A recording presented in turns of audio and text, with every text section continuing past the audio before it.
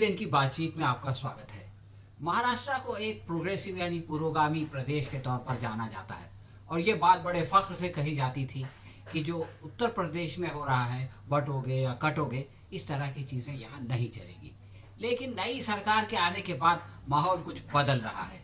पहले हमने देखा कि परभनी में जो है वो बाबा साहब आम्बेडकर की मूर्ति और उनके हाथ में रखे हुए संविधान को जो है वो तोड़ दिया गया। इसके बाद हमने देखा कि बीड़ के अंदर एक सरपंच को जो है वो जान से मार दिया गया। इसके बाद अब जो नई घटना आई है कि पूना के अंदर एक लड़की को जो है वो दिन दहाड़े एक बस में ले जा कर के उसका बलात्कार किया गया। एक तरफ ये घटनाएं हो रही हैं, दूसरी तरफ मढ़ी के अंदर जो वहाँ की पंचायत है उसने ये फैसला कर दिया कि इस साल की जतरा में जो है वो मुसलमानों को अपनी दुकान लगाने नहीं दिया जाएगा।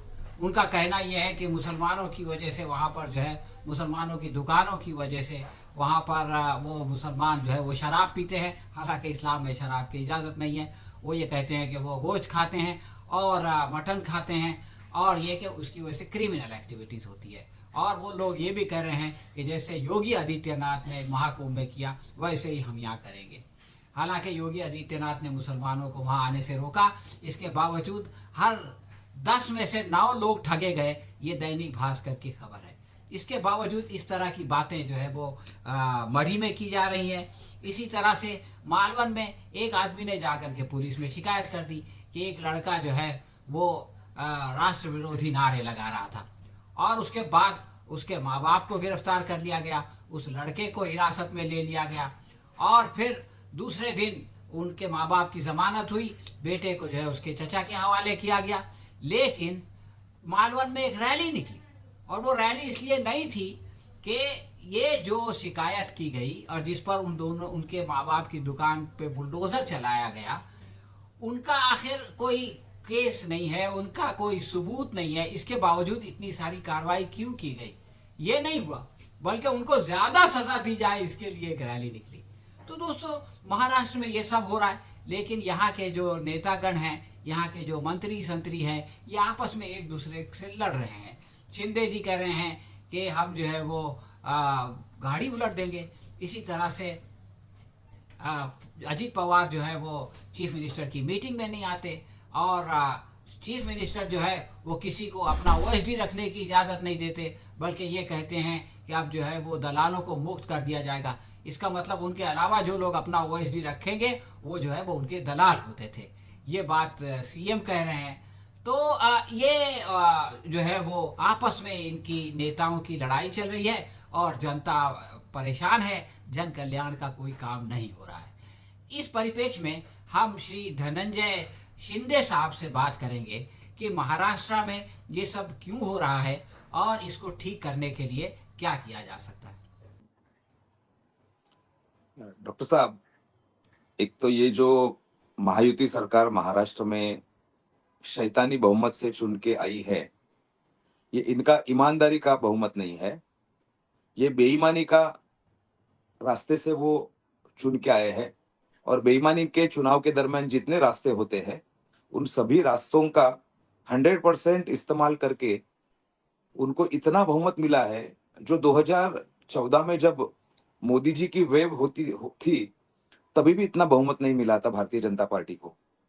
तो अभी ये तीनों जन है, मुख्यमंत्री और 2 उप मुख्यमंत्री, ये तीनों को मतलब आपको पता है कि इसके पहले जब महाविकास आघाड़ी की सरकार जो थी, जिस सरकार को शिंदे जी जो शिवसेना का एक नेता थे, उन्होंने 40 विधायकों को साथ में लेके वो सरकार गिराई। तो उसके बाद में एकनाथ शिंदे जी मुख्यमंत्री बने और ये चुनाव जब हुआ, ये जब गलत तरीके से ये लोग चुन के आए, उसका नेतृत्व भी एकनाथ शिंदे मुख्यमंत्री के तौर पे कर रहे थे। शुरुआत में 2 साल, सवा 2 साल कहेंगे कि देवेंद्र फडणवीस जो है, भले भारतीय जनता पार्टी के सबसे ज्यादा विधायक हो, फिर भी उन्होंने उप मुख्यमंत्री पद पे मतलब एडजस्टमेंट किया और एकनाथ जी शिंदे मुख्यमंत्री हुए। अभी नई सरकार आई, तभी भारतीय जनता पार्टी के चुराए हुए इस बहुमत वाले सरकार में करीब 134-135 के आसपास विधायक है। तो ऐसे इसमें एकनाथ शिंदे जी जो है, उन्हें लगा कि मेरे नेतृत्व में चुनाव लड़ा गया है, इसलिए मुझे मेरे जो अरविंद अमित शाह जी के साथ में जो संबंध है, उन संबंध के माध्यम से मैं वापस मुख्यमंत्री बनना चाह सकता हूँ। और इसीलिए आपको पता है कि 23 तारीख को रिजल्ट लग गया, लेकिन अगले 10-12 दिन उसी पे इनकी चर्चा चल रही थी, नाराजी थी। और फिर फाइनली फाइनली उनकी फिर देवेंद्र फडणवीस ही मुख्यमंत्री रहेंगे, ये बात उनको माननी पड़ी। लेकिन जैसे हम देखते हैं कि कोई लुटेरे रहते हैं, 3 लुटेरे लुटेरे, वो कोई कहाँ डकैत डालते हैं, और डकैत डालने के बाद में जो चोरी का जो पैसा आता है, उस पैसे का जब हिसाब हिस्सा होता है, हिस्सा बांटने के वक्त उनके बीच में जो झगड़े होते हैं, वैसे झगड़े मुझे कुछ अभी के सरकार में दिख रहे हैं। और इसीलिए 4 दिसंबर को नए मुख्यमंत्री ने शपथ ली, तभी से लेके आज 27 फरवरी है, करीब पिछले 3.5 महीने से इनके आपस में ओवर एम्बिशियस होने के कारण एक कोल्ड वॉर चल रहा है। और इसीलिए वो मुख्यमंत्री जो है, मुख्यमंत्री एकनाथ शिंदे के गुट के जो 57 विधायक है, उनके उनका महत्व कम करने की कोशिश कर रहे हैं। एकनाथ शिंदे गुट के जो मंत्री है, उनके अधिकार जो है वो भी बहुत उनके कंट्रोल में है। वैसी ही बात अजित पवार के जी के साथ में हो रही है। लेकिन अजित पवार जी जो है, वो ये खुल के नहीं बता रहे हैं। उन्होंने एकनाथ शिंदे जी के देवेंद्र फडणवीस मुख्यमंत्री के साथ में एडजस्टमेंट कर लिए है, उन्होंने उनके साथ में पॉजिटिव रिलेशनशिप रखे हैं। लेकिन एकनाथ शिंदे जी जो है, उनके मन में मुख्यमंत्री की मनीषा भी है, और इसीलिए वो कोशिश कर रहे हैं। उन्हें लग रहा है कि अमित शाह उनको मदद करेंगे। और दूसरी चीज ये भी हो सकती है कि शायद अमित शाह के माध्यम से भी देवेंद्र फडणवीस जी के ऊपर एक ये प्रेशर हो सकता है, एकनाथ शिंदे के माध्यम से, जो कि देवेंद्र फडणवीस प्रेशर में रहे और कंट्रोल में रहे। क्योंकि आने वाले सितंबर महीने में जब मोदी जी 75 साल के होंगे, तो भारतीय जनता पार्टी का जो रूल है कि 75 साल के बाद में हर व्यक्ति ने राजनीति से संन्यास लेना है, जैसे लालकृष्ण आडवाणी जी है, मुरली मनोहर जोशी जी है, बहुत सारे जाने माने भारतीय जनता पार्टी के नेता है, वो रिटायर हो गए। तो सितंबर 2025 के बाद में अगर मोदी जी रिटायर हो गए, तो फिर प्रधानमंत्री कौन बनेगा? तो ये पूरी जो आगे की रणनीति है, उसमें अमित शाह एकनाथ शिंदे के माध्यम से देवेंद्र फडणवीस जो प्रधानमंत्री के पद के रेस में है, क्योंकि उनको आरएसएस का काफी सपोर्ट है। तो ये पूरा मतलब इनोसेंट नहीं है, ये राजनीति है। और एक दूसरे के ऊपर प्रेशर डाल के कंट्रोल या सत्ता अपने हाथ में रहने की ये तीनों लोगों की साजिश है। अभी हमें ये जो वॉर दिख रहा है, इसमें देवेंद्र फडणवीस मुख्यमंत्री और होम मिनिस्टर होने के कारण शिंदे गुट के नेताओं के सुरक्षा कम कर रहे हैं, और अजित पवार शांत बैठे हैं। तो अभी दोनों के बीच में एकनाथ शिंदे और देवेंद्र फडणवीस का कोल्ड वॉर तो चल रहा है। तो देवेंद्र फडणवीस जो है, उनको आने वाले दिनों में, जैसे कि भारतीय जनता पार्टी के जो बड़े नेता थे, उनको उन्होंने बराबर हटाया था, ये कोल्ड वॉर आगे जाके और बढ़ेगा, ऐसा मुझे लगता शिंदे साहब, अ, अगर ये जो सत्ताधारी पक्ष है, ये लोग आपस में जो है वो लड़ते रहे और खींचातानी के बीच में चलती रहे, तो जन कल्याण का क्या होगा? लोगों को जो इन्होंने वादे किए हैं और जो लोगों की अपेक्षाएं हैं इतने बड़े जनमत से, वो कैसे पूरी होंगी? है। नहीं, इनको जनता के बारे में कुछ पड़ी नहीं है ना, तो जन कल्याण ये शब्द उनके डिक्शनरी में सब कुछ सचमुच में है क्या? बाद में बीड़ के मस्साजोग में जो एक सरपंच की हत्या हुई, तो हत्यारे जो थे, वो अजित पवार के धनंजय मुंडे के गुट के लोग थे, उनको अभी तक नहीं पकड़ा गया है। परवड़ी में जो घटना हुई, तो उस घटना का अभी तक कुछ सरकार उसके ऊपर कुछ किया नहीं है। और मुख्यमंत्री देवेंद्र फडणवीस के पास ही होम मिनिस्ट्री है। और सबसे महत्वपूर्ण बात, जिसको महाराष्ट्र की अस्मिता कहते हैं, छत्रपति शिवाजी महाराज के बारे में, एक तो उनका जो सिंधुदुर्ग में पुतला गिरा था, उसके आगे क्या हो गया किसी को पता नहीं है। देवेंद्र फडणवीस ने खुद माफी नहीं मांगी थी, क्योंकि छत्रपति शिवाजी महाराज का ये सिर्फ महाराष्ट्र में नहीं, पूरे हिंदुस्तान में एक अलग उनके बारे में इज्जत है लोगों के मन में, क्योंकि उन्होंने अपने स्वराज्य के लिए जनता का राज लाया था। जन कल्याण के बारे में इन्हें कुछ पड़ी नहीं है। इन्हें सिर्फ सत्ता चाहिए, सत्ता के माध्यम से पैसा, पैसे के माध्यम से सत्ता।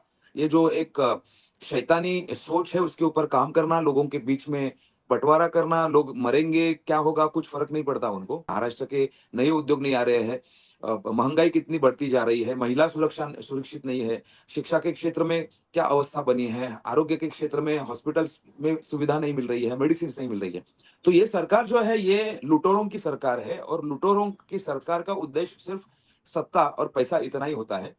तो ये अभी लोगों के मन में ये लोगों को ये पता चला है, लाड़की बहन जैसी योजना थी, वो योजना में से अभी कुछ लाखों महिलाओं को अभी उन्होंने नाम निकाल डाले हैं। इसका मतलब जब उनका रजिस्ट्रेशन किया था तभी गलत तरीके से उनके नाम रजिस्ट्रेशन किए थे और लोगों को पता चला है कि इन्होंने ये चुनावी जुमला था पूरा। तो महिलाओं को भी ये पता चलने रहा है और ये असंतोष अभी बढ़ते जा रहा है। लोगों को इनकी सच्चाई जो है वो पता चली है। तो आने वाले दिनों में इनको सत्ता चलाना, सरकार चलाना बहुत डिफिकल्ट होगा, ऐसा मुझे लगता है। अब सुप्रीम कोर्ट में अब भी वो फैसला तो होना है कि असली पार्टी कौन है, और दोनों पार्टियों का, शिवसेना का भी और एनसीपी का भी। एंट्रिंग तो उनको दे दिया था निशान। लेकिन अगर ये फैसला आ जाता है कि वो शिंदे साहब की पार्टी और अजीत पवार साहब की पार्टी असली नहीं है, तो उसका क्या राजनीतिक प्रभाव पड़ेगा? वो अगर फैसला आ गया और वो शिंदे गुट के खिलाफ आ गया तो बहुत बड़े राजनीतिक समीकरण बदलने वाले हैं महाराष्ट्र के। तो उसमें एकनाथ शिंदे को अपनी पार्टी भारतीय जनता पार्टी में मर्ज करने के सिवा करना एक ऑप्शन है, या दूसरा ऑप्शन नई पार्टी बनाना, ये हो सकता है। और आने वाली जो कुछ महीनों में लोकल बॉडीज के चुनाव भी होना अपेक्षित है महाराष्ट्र में, जैसे म्युनिसिपल कॉर्पोरेशन हो, जिला परिषद हो, पंचायत समिति हो, म्युनिसिपल काउंसिल हो। तो इस पे एक इफेक्ट होगा। लेकिन इस अपॉर्चुनिटी का इस्तेमाल करके देवेंद्र फडणवीस जी को अभी एकनाथ शिंदे चैलेंज करने लगे हैं अलग अलग वे से। तो वो उनका हिसाब चुकता करने की कोशिश कर सकते हैं, क्योंकि एकनाथ शिंदे और कमजोर हो जाएंगे उसके बाद में। अगर पार्टी उन्होंने विलय कर दी सुप्रीम कोर्ट के आदेश से, अगर पार्टी का एकनाथ शिंदे के बदले उद्धव जी को अगर पार्टी दे दी, तो उस वक्त एकनाथ शिंदे जो है वो बैकफुट पे चले आएंगे और वो परिस्थिति में देवेंद्र फडणवीस उसका फायदा ले सकते हैं। और वही बात, अजित पवार तो उनके साथ में अभी कोऑपरेशन के मोड में है, संघर्ष के मोड में है नहीं। तो उनके साथ में उनका क्या निर्णय होगा वो अलग से मतलब उसके बारे में वो स्ट्रेटेजी बनाएंगे। तो पॉलिटिक जो न्यायालय का निर्णय है उसका भी देवेंद्र फडणवीस और भाजपा अपने फायदे के लिए कैसा उपयोग हो उसका ज्यादा से ज्यादा मतलब कोशिश करेगी, ऐसा मुझे लगता है। शिंदे साहब, केंद्र में बीजेपी की सरकार है, राज्य में सरकार है। अब अगर ये लोग लोकल बॉडीज में भी जो है वो किसी तरह से ईवीएम के जरिए से या अपने स्ट्रैटेजी के जरिए से या पैसे के जरिए से जीत जाते हैं, तो फिर महाराष्ट्र की क्या परिस्थिति बनेगी? इसलिए कि पहले ये कहा जाता था कि महाराष्ट्र में जो है वो बटेंगे और कटेंगे, ये सब नहीं चलेगा। लेकिन अब जो है वो अहमदनगर से इस तरह की बात आई कि वहां पे एक यात्रा होने वाली है, तो वहां पे मुसलमान दुकान नहीं लगा सकते। यानी वही माहौल जो आदित्यनाथ वहां बनाते थे उत्तर प्रदेश की, उस तरह का जो है वो माहौल यहाँ भी बनाने की कोशिश हो रही है। तो जब ये और ज्यादा ताकतवर हो जाएंगे तो इनका बिहेवियर कैसा होगा आपके ख्याल? देखो, आदित्य बिष्ट जो है उत्तर प्रदेश का मुख्यमंत्री, वो एक बड़ा ठग है, ठग। और वो वहां पे धर्म की राजनीति करके वहां पे सत्ता अपने कंट्रोल में रखने की कोशिश कर रहा है। लेकिन वो ठग भी प्रधानमंत्री पद के रेस में है, इसलिए अमित शाह उसको नहीं चाहता। या प्रधानमंत्री पद के रेस में और भी जितने लोग हैं उनकी आपस में वो लेवल का राजनीति चल रहा है। अभी यूपी का जो मॉडल है इनका हिंदू मुस्लिम बंटवारे का, वो महाराष्ट्र में नहीं चलेगा, ऐसा मैं बहुत जिम्मेदारी से कह रहा हूँ। क्योंकि महाराष्ट्र में गंगा जमनी तहजीब जो है, मतलब छत्रपति शिवाजी महाराज के कार्यकाल में भी उनके सेना के 13 सेनापति जो थे वो मुस्लिम थे। महाराज के सेना में बहुत बड़े पैनामे पे मुस्लिम सैनिक भी थे। तो उस वक्त हिंदू मुस्लिम जो भाईचारा था, इकट्ठा काम करते थे, लड़ते थे स्वराज्य के लिए, वो परंपरा महाराष्ट्र में है।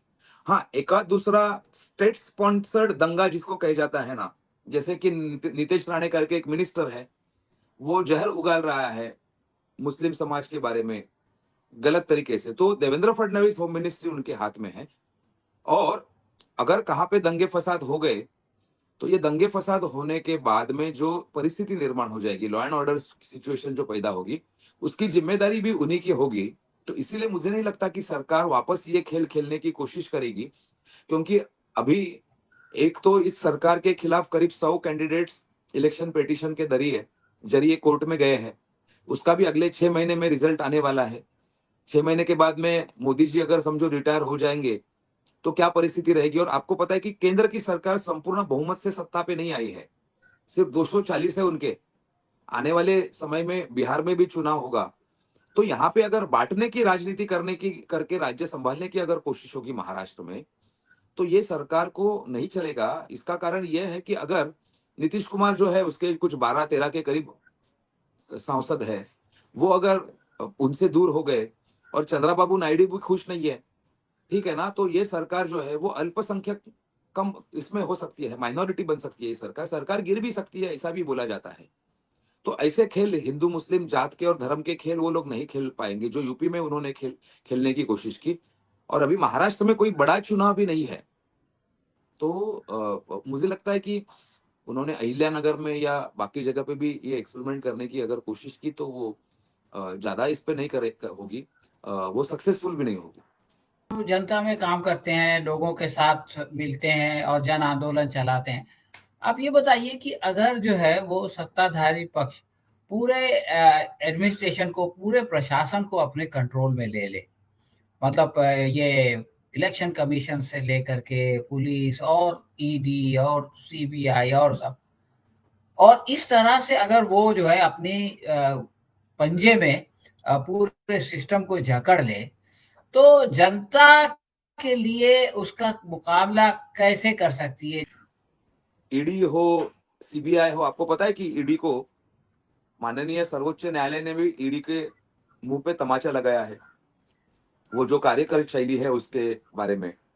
तो ईडी का भी पहले जैसा कुछ डर अभी ये हुआ नहीं है। लेकिन मैं एक बात कहूंगा कि ये लोग जो जिनका स्वच्छ चारित्र्य है, ईमानदार लोग हैं, उनके खिलाफ ये लोग कुछ नहीं कर सकते। तो इसीलिए ये ट्रांजिशन फेज है भारत के राजनीति में, ऐसा मुझे लगता है। और इसमें जो जिनकी छवि अच्छी है, जो ईमानदारी से जनता के लिए, देश के लिए काम करना चाहते हैं, उनके पीछे ये ईडी सीबीआई या झूठे काम कुछ केसेस नहीं लगा सकते। और वो लोग अगर जनता के बीच में जाए और रास्ते की लड़ाई अगर लड़े, तो इन लोगों को खिलाफ सत्ता को, सरकार को सवाल पूछने की नैतिकता होने के कारण उनके सवालों के जवाब ये लोग दे नहीं पाएंगे। इसीलिए कितनी भी ईडी सीबीआई पुलिस वगैरह का ये करे, लोगों को पसंद नहीं है ये सब चीजें।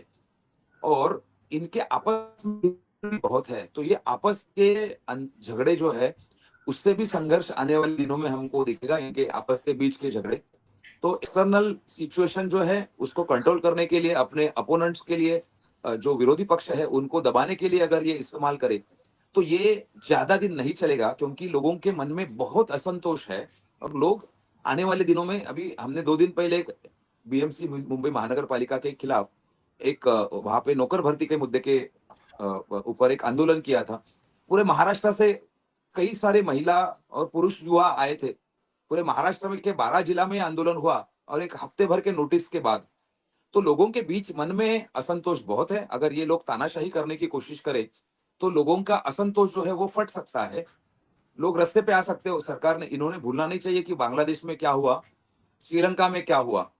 तो लोग रास्ते में आ सकते हैं अगर ये लोग ज्यादा तानाशाही अगर करेंगे उनकी। तो बहुत बहुत शुक्रिया शिंदे साहब, आपने बताया और आपने इन लोगों को खबरदार भी किया, इनको वार्निंग भी दी कि अगर ये लोग अपनी हदों से बाहर निकलेंगे तो फिर जनता का आक्रोश इनके खिलाफ काम करेगा और फिर उसको ये लोग दबा नहीं पाएंगे। तो हम उम्मीद करते हैं कि ये लोग जो है वो अपनी आपस की लड़ाई से अपना ध्यान हटा के जन कल्याण की तरफ थोड़ा बहुत जो है वो ध्यान देंगे, और लोगों की जो समस्याएं हैं, पूना में जिस तरह से एक बलात्कार की घटना हुई है और दूसरी जो इस तरह की घटनाएं हो रही हैं, उनसे जो है वो लोगों को छुटकारा मिलेगा और लोगों को वो चीज मिलेगी जो कि एक सरकार से उनकी अपेक्षा है। तो दोस्तों, ये थी श्री धनंजय शिंदे साहब की बातचीत। हम उनके बहुत ज़्यादा आभारी हैं कि उन्होंने समय निकाला और हमारे प्रेक्षकों को जो है वो इस बारे में बताया और मार्गदर्शन किया। हम आइंदा भी उनसे इस तरह के विषय पे बात करते रहेंगे। धन्यवाद।